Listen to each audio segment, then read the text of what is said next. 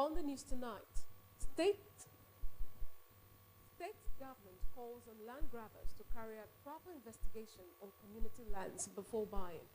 The Delta Broadcasting Service DBS Asaba premieres its first movie titled The Inside Enemy. Religious leaders in Nigeria call on government to halt new fossil fuel exploration and extraction projects. And in business, Nigerian government sets January 28, 2025 as deadline for the kickoff of $5 billion African Energy Bank in Abuja.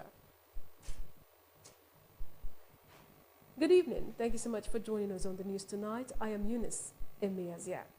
The state government has called on land grabbers to carry out proper investigation on community land before they go by to avoid promoting crisis in communities. The special advisor to the state governor on peace building and conflict resolution, Chief Edwin Uza, made the call at a meeting with some members of Oroba family in Awire community, Abaroto, Ughelli North local government area, held at his office in Asaba. Henry Onogwa reports.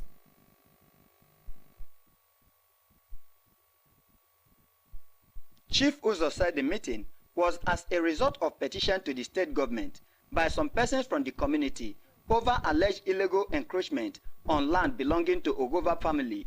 He noted that issues of land grabbing in communities was on the increase and appealed to leaders and youth to desist from selling land that does not belong to them. From them, we will encourage them to go home and maintain peace while we will go after these people, get them invited, we hear their own side, and be able to bring all of them together to know the best way forward. Because as usual, you cannot hear from one person and take decision. And buyers should also take proper note of what they do. Before you acquire land, before you buy land, ask questions. Who owns the land? Who does not own the land?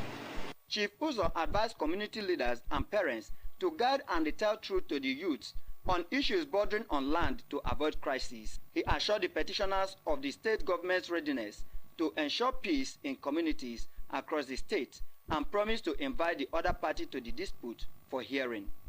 Henry Onogwa reporting. Civil servants have been described as veritable tools for improved governance and service delivery in the society.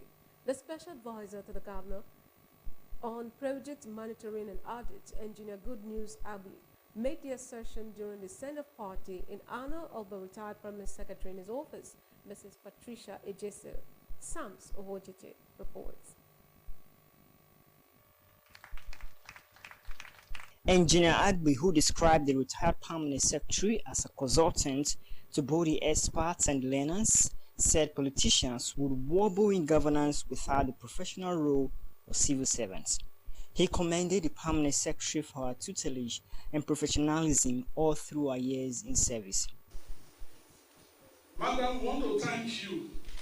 I especially owe it as gratitude to God for having you being the person that gave us what we call soft landing. We are happy to send you forth. We are not too happy to let you go, but as I said, we must let these things run its course. The functioning Permanent Secretary in the Directorate, Ms. Elizabeth Ebitomo, highlighted the legacies left by the outgoing Permanent Secretary, saying such strides should be emulated.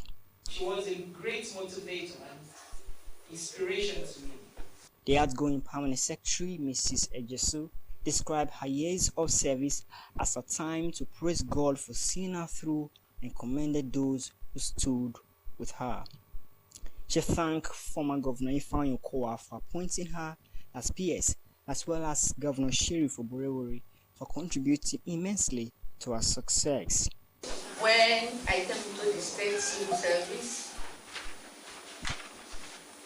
and that was a time or so, from 1990 to 2024. I came in, I saw, and I conquered. Yeah. God give me the grace to prevail. There was an outpouring of encomiums on the retiree, who was described as a well of knowledge and experience, disciplined, humble, forgiving, and motherly to all who came across her. For making me a person that people see and respect during this period of service. It was only one of my memo she didn't correct. That was when I knew that I graduated from family. My sense of responsibility and my right to acknowledge your unlimited goodwill. You've been so motherly to us. Dr. Pierce joined the State Civil Service in January 2, 1990 as a Personnel Appraisal Officer, grade level 8, and rose to the peak of her career as Permanent Secretary. Sams Hojite reporting.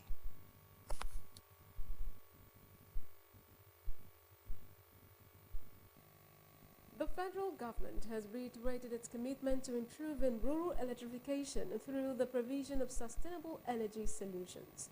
The managing director of the Rural Electrification Agency, Abba Liu, made this known while inaugurating the 100-kilowatt solar hybrid mini-grid in the Uhwafo Nome community in Nkana East Council area of Enugu State. Mr. Liu, represented by the Executive Director of the Rural Electrification Fund, Honorable Darius Subo, stated that the project was executed by the REA through the federal government's Rural Electrification Fund, in line with transformative efforts to enhance rural electrification. The project, he said, has the capacity to provide power to 3 other communities in Nome, namely Imama, Amakabe, and Uwoji. According to him, the solar power initiative is also in line with President Bola Tinubu's renewed hope agenda, as the REA has continued to strengthen collaborative engagement with state governments and deliver energy access solutions across communities nationwide.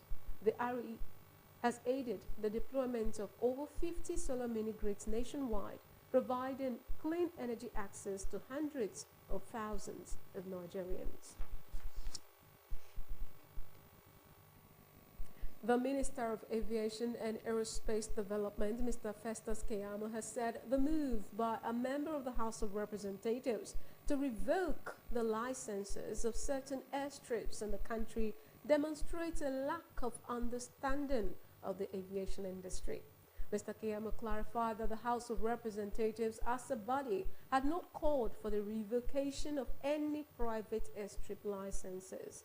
He suggested that the individual who proposed such a motion might have done so with patriotic intentions but lacked an understanding of the aviation sector. Some lawmakers, particularly in the House of Representatives, have been pushing to revoke the airstrip licenses of specific individuals and private organizations, allegedly on security grounds. A member of the House of Representatives, Suleiman Abubakar, argued in the House that the frequent approval of airstrips for private individuals could exacerbate the country's security challenges.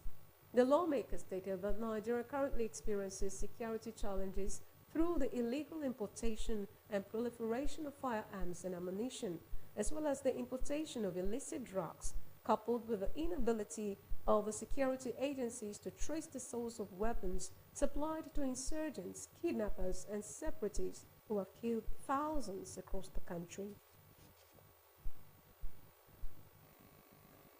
The National Agency for Food and Drug Administration and Control has alerted Nigerians to the recall of Nivea Black and White Invisible Roll-On Deodorant 50 ml, labeled as providing 48-hour protection in African climates, following a warning from the European Union Rapid Alert System for dangerous non-food products in Brussels. In a notice released, NAFDAC stated that the product batch number is 935299610. NAFDAC added that the product was manufactured in Germany with barcode number 422-99882. It advised importers, distributors, retailers, and consumers to exercise caution and vigilance with the supply chain to prevent the importation, distribution, sale, and use of the affected Nivea roll-on with a specified batch. And Governor Sheriff Oberwari has congratulated elder statesman and chieftain of the People's Democratic Party (PDP), Admiral Mike Ona, OON, retired, on his birth anniversary. In a statement by his Chief Press Secretary, Sir Festus Sahan in Asaba, the governor described the former Chief of Naval Accounts and ex-chairman of Military Pension Board as a distinguished military officer, elder statesman, and administrator par excellence. The governor noted that the celebrant's steadfastness, dedication, and commitment towards nation building, peace, unity, and progress of the country will continue to be cherished. He said that Admiral Ona had an illustrious military career that saw him through strategic leadership positions as Naval Chief of Accounts and Chairman Military Pensions Board. Governor Barrow rejoiced with family members, friends, the people of Utabono and Ndokwa Nation on the occasion of the birth anniversary of Admiral Ona. The State Chief Judge, Justice Tessa Diaye, will begin the third visit to custodial centers in the state for the year 2024 on Monday next week.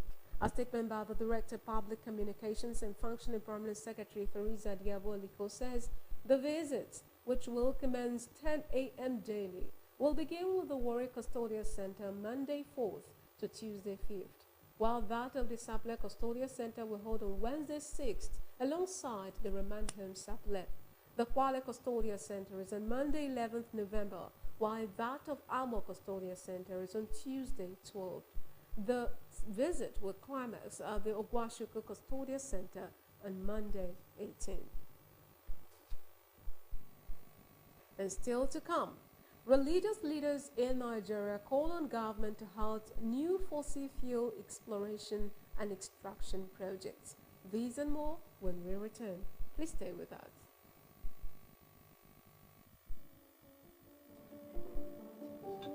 Let's go! No. Let's go. If we continue like this now, where we go head? Bros, calm down. I know say it be like say all of us the best now, but more will not say any damage what will they cause now to our own state. And when we talk about our own state, we talk about ourselves, about our family, our fathers and mothers, our wives, brothers and sisters, even our children. If we use our own hands, scatter what we get as our own, now where we go call our own again? Now truth it all go. After all, Governor Sheriff, he don't promise say go do more for Deltans. Now wait make us come dey fight now. When see our guy they talk so, it makes sense. You see now. No be lie. We need peace today, so that we go fit experience the more agenda. Meaningful development for all. But where there is no peace, there cannot be prosperity now. When they fight, they prosper. No need for the fight. Now peace and unity. Now we want. It takes peace to experience more. Together in peace and unity, we will experience the more agenda. Brought to you by Delta State Ministry of Information.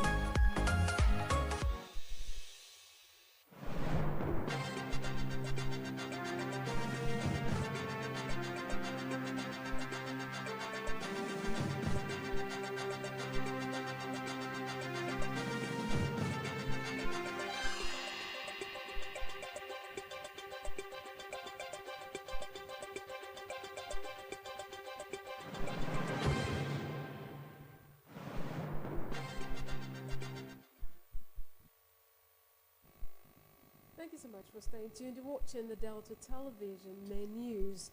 The Inside Enemy, a movie produced by the Delta Broadcasting Service (DBS) Asaba, has been premiered in the state capital. The movie, the first of its kind by the broadcast outfit, centers on crime and its consequences. The report.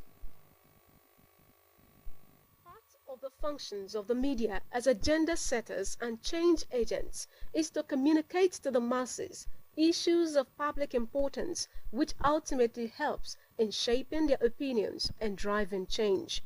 This informed the move by the Delta Broadcasting Service (DBS) Asaba to produce a movie titled The Inside Enemy, inspired by a true life story of a viral kidnap case handled in Delta State by the Delta State Police Command of the Nigerian Police Force.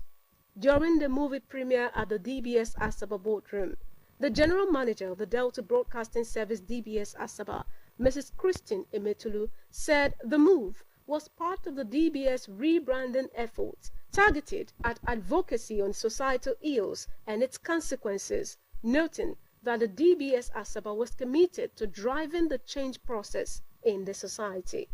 Mrs. Emetulu said kidnapping remained a crime and must not be tolerated in the society no matter its intention, adding that DBS Asaba would continue to support the efforts of the State Police Command and other security agencies in combating crime in the society. She commended the cast and crew for a job well delivered and urged members of the public to watch the movie on the DBS Asaba YouTube channel, even as she announced that another movie was already underway. I'm not very much shocked because I know that the crop of staff we have in Delta Broadcasting Service Asaba, they are very intelligent and they are committed to the vision. So whenever you give them a task, especially something that's outside their comfort zone, they give it all the best. So I wasn't expecting anything less from them. But as they say, things can only get better. And in the subsequent movies, I can assure you that won't be rated as a Nigerian movie, but international. The Police Public Relations Officer, Delta State Command ASP Bright Edafe, who was one of the guests, commended DBS Asaba for the initiative and expressed satisfaction with the delivery of the cast and crew. It looked so real, and that's one thing I really appreciate. I saw the commitment from all the actors. I saw how real everything looked, and like I said earlier, I really hope this go very far so that people will see that ignorance of the law is not an excuse. Some of the cast and crew, as well as spectators, bared their minds on the movie, The Inside Enemy. Acting is something that I actually really want to go into, and I believe that this is a kind of a ladder to step forward, to climb up, and by His grace, I will try as much as possible to also be in the Nollywood. I would prefer to, if it's up to me, I would have said myself, but I can't say myself. But honestly, I appreciated my director because working with her has been an ordeal, and she made it simple for me. So I really appreciate my director, Ms. Temitope. Criminal vices, putting your hands in one or two things because of money, whether it's fraud or kidnapping, it is not accepted, not in our society. It would not be tolerated. So you will be caught. So we had to, push the story out, even though we know it's pretty sensitive, pretty new. The father or those involved might still be hurt over it. We know we needed to tell the story, and that is what we did. The biggest deal for me was seeing the director play a police role and delivering it with the whole facial reaction and everything. The son of the kidnapped son and the kidnapper himself, the parents, their reaction, everything felt so real. And I really wondered what motivated them to act that way. At some point, I saw them sweating like they were really scared. In fact, they were really scared. So we've seen make-believe come true right here at Delta Broadcasting Service. This movie, Inside Enemy, produced by the Delta Broadcasting Service DBS Asaba, is part of the rebranding efforts of the present administration led by Mrs. Christine Juveme Emetulu. And good news, another one is on the way. Eunice Emeazia reporting. You call your dad later that the kidnapper dropped you somewhere along the road. Somewhere along the road? Yeah. Let's just go.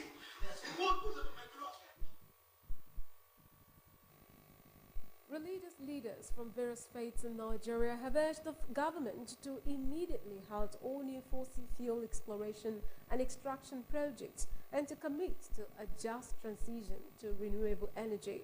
This call to action emerged from a two-day national dialogue titled Nigeria Multi-Faith Leaders National Consultative Dialogue on Medium and Long-Term Climate Goals held in Abuja.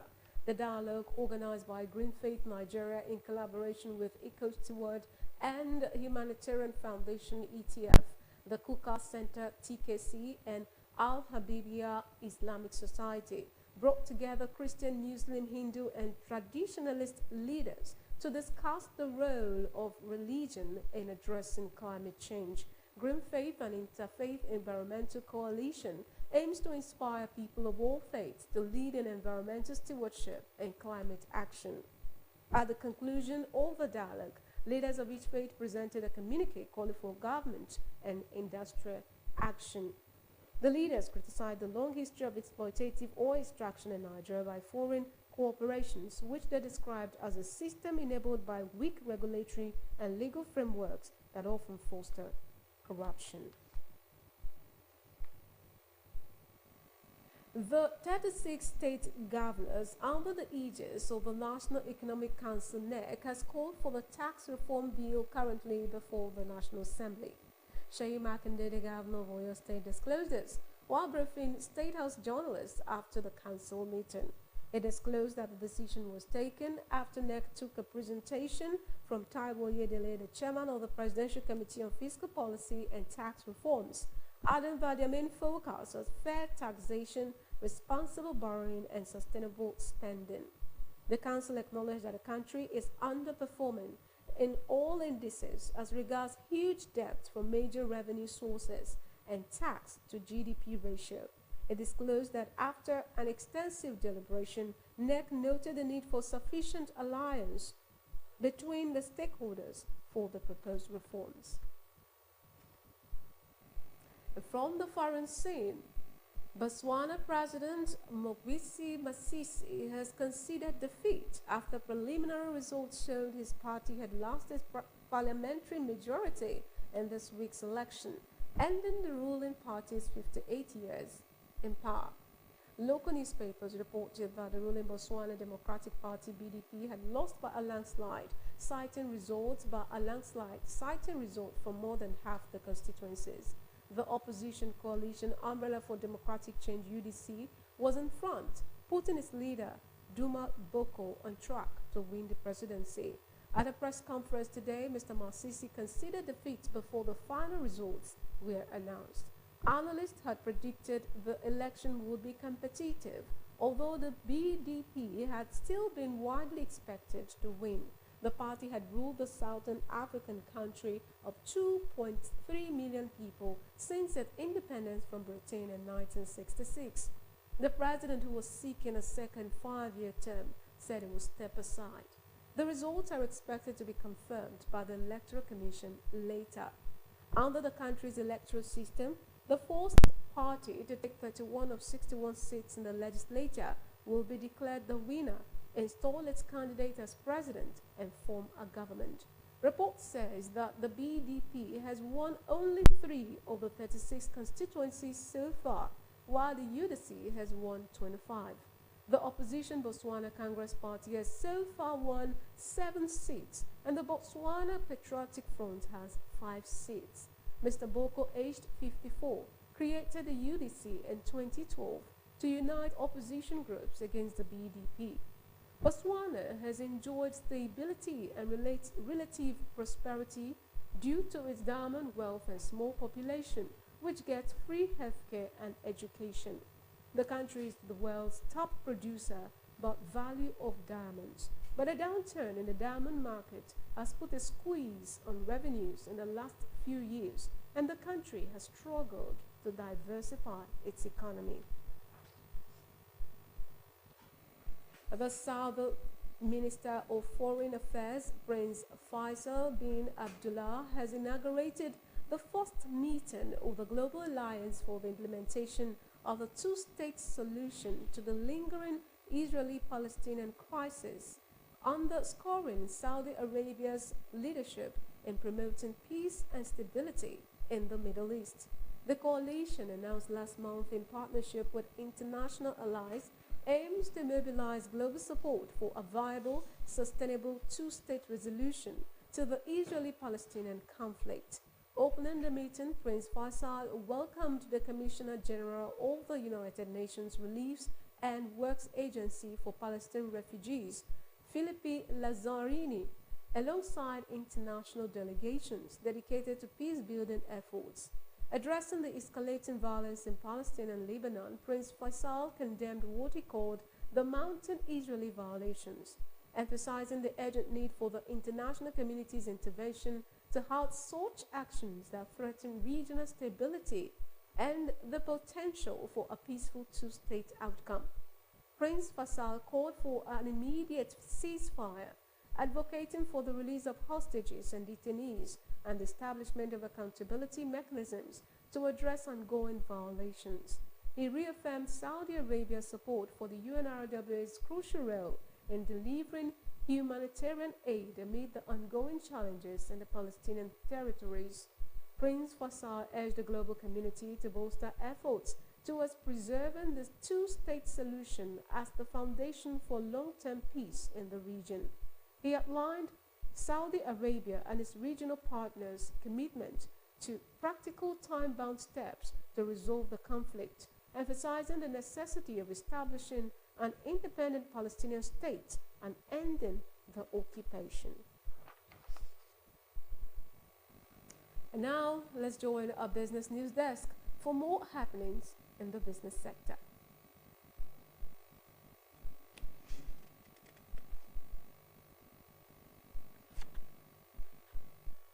The Central Bank of Nigeria, CBN, says credit extended to the government by banks surged to 42.2 trillion naira in September 2024, representing a 78.6% increase from 23.52 trillion naira in January.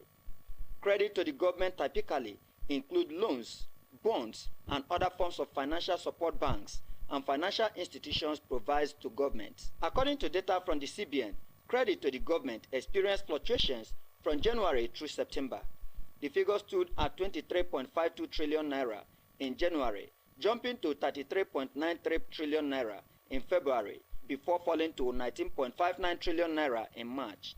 The Apex Bank said credit to the government slightly rose to 19.98 trillion naira, followed by a significant increase to 28.38 trillion naira in May. By June, according to data, the figure declined to 23.93 trillion naira and further decreased to 19.83 trillion naira in July.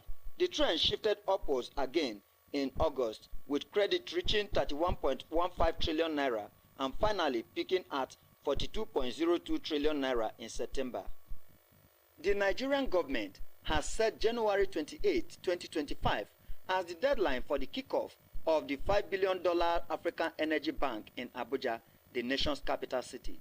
A Nigerian delegation led by Ambassador Nicholas Ella, the Permanent Secretary, Minister of Petroleum Resources, and Executive Board member representing Nigeria at the African Petroleum Producers Organization, APO, made the disclosure at the 19th Executive Board meeting of the organization in Yaoundé, Cameroon. Ambassador Ella, in a statement issued today by the Federal Ministry of Petroleum Resources, reiterated Nigeria's commitment to the idea of APO and the immediate setting up of the Energy Bank, which aims to bridge financial gap in the continent's oil and the gas industry. Nigeria in July 2024 was declared the winner of the hosting right for the establishment of the Africa Energy Bank headquarters after it competed with Ghana, Algeria, South Africa, and the Benin Republic. The date for the bank's takeoff coincides with the 38th anniversary of the establishment of APO, an 18-member country bloc that drives the development of the African energy industry.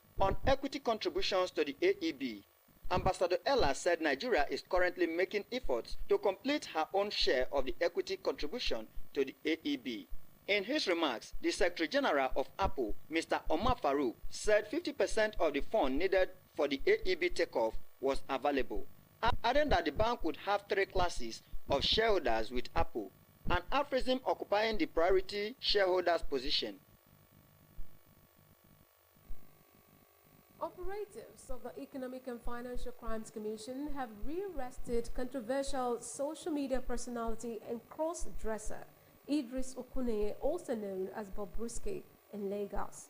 He was removed from an Amsterdam-bound KLM flight at the Murtala Muhammad International Airport in Lagos and detained by immigration officers while attempting to leave the country for London, the United Kingdom. The popular cross-dresser posted on his Instagram page to alert followers about the arrest, stating that he had sustained injuries during an altercation with the immigration officers and had been moved to Abuja by the FCC. Bobrisky alleged that EFCC was responsible for his detention. Reports, however, said his arrest was due to his failure to honor several invitations by the Commission following his allegations against the EFCC. Bobrisky had, in a voice note shared by a controversial social critic, Martins Ose, aka Very Dark Man, allegedly saying he bribed EFCC officers with 15 million naira to drop money laundering charges against him. Although the EFCC denied the allegations, it set up a committee to investigate the matter. And the state government has appealed to all residents in the state from 18 years and above to make themselves available for the compulsory hypertension and diabetes screening exercise, which will end next week. A statement signed by the Director of Public Communication, Mrs. Teresa Oliko, said members of the public who falls within the age bracket are advised to take advantage of the opportunity and get screened free of charge. The screening exercise will take place at the Professor Chike Dozen Secretariat along Mariam Babangida Way, Asaba, as well as all state government hospitals, Federal Medical Center, FMC, Asaba, Asaba Specialist Hospital, Government House Clinic, Police Clinic, SSG's office, Head of Service Office, all universities, polytechnics, colleges of education, and other institutions of higher learning across the state. The statement says that the screening exercise was free of charge and that medical personnel and officials from the State Ministry of Health would be conducting the screening daily at designated centers across the 3 senatorial districts and 25 local government areas. The exercise is in compliance with the Federal Ministry of Health's directive to all state ministries of health in Nigeria under the Project 10 Million campaign with the theme, Know Your Numbers, Control Your Numbers. The Federal Ministry of Health and Social Welfare has commended the efforts and collaboration of security agencies in securing the release of Dr. Ganiat Popola and her nephew, Folarami Abdulni, who were kidnapped 10 months ago. Dr. Popola, a registrar in the Department of Ophthalmology at the National Eye Center, Kaduna State, was abducted on December 27, 2023. Along with her husband, Naruddin Popola, a squadron leader, and her nephew, Folarami Abdulmuni, who stays with them. After several negotiations with the kidnappers, the husband was released on March 8 this year. The ministry, in a press release signed by its head of information and public relations, Alaba Balogun, noted that their safe return brought relief to the healthcare community, which had demonstrated remarkable resilience and unity. It added that the ministry remained resolute in supporting the well-being, safety, and security of those on the front lines of healthcare in the country. And in sports, Manchester United have confirmed the appointment of Ruben Amorim as the new head coach. The 39-year-old Portuguese manager currently leading Sporting Lisbon to officially transition to Old Trafford on November 11. The new coach contract with Manchester United to last until June 2027, marking a new chapter for both the club and the highly rated coach. Ron van Nistelrooy, who had been leading the team on an interim basis since Erik ten Hag's departure, would remain in charge for the club's next 3 matches. Super Eagles defender Semi Ajayi would miss the African Nations Cup qualifier against Rwanda following injury he sustained while playing for his club. The Nigerian international was subbed off against Cardiff City last weekend while sustaining an hamstring injury. The club coach Carlos Coberan confirmed that Ajayi will be out of action for a long time.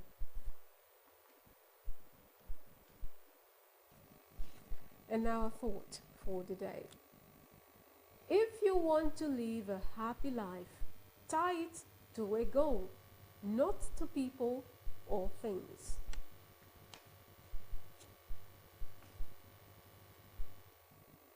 And that beautiful thought will wrap it up, but just before we go, here is our highlight. The state government has called on land grabbers to carry out proper investigation on community land before they buy to avoid promoting crisis in communities.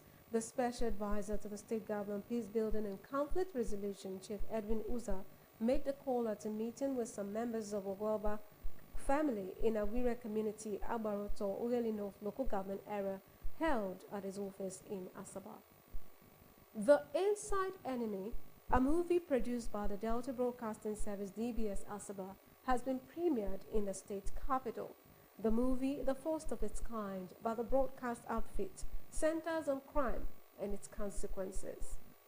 Religious leaders from various faiths in Nigeria have urged the government to immediately halt all new fossil fuel exploration and extraction projects and to commit to a just transition to renewable energy.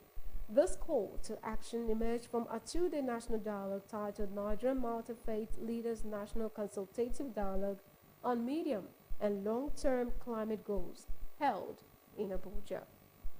The Nigerian government has set January 28, 2025 as the deadline for the kickoff of the $5 billion Africa Energy Bank in Abuja, the nation's capital city. A Nigerian delegation led by Ambassador Nicholas Ila, the Permanent Secretary, Ministry of Petroleum Resources, and Executive Board member representing Nigeria at the African Petroleum Producers Organization, made the disclosure at the 19th Executive Board meeting of the organization in Yaoundé, Cameroon. And that's the news. Thank you so much for watching. I am Eunice Emiazia.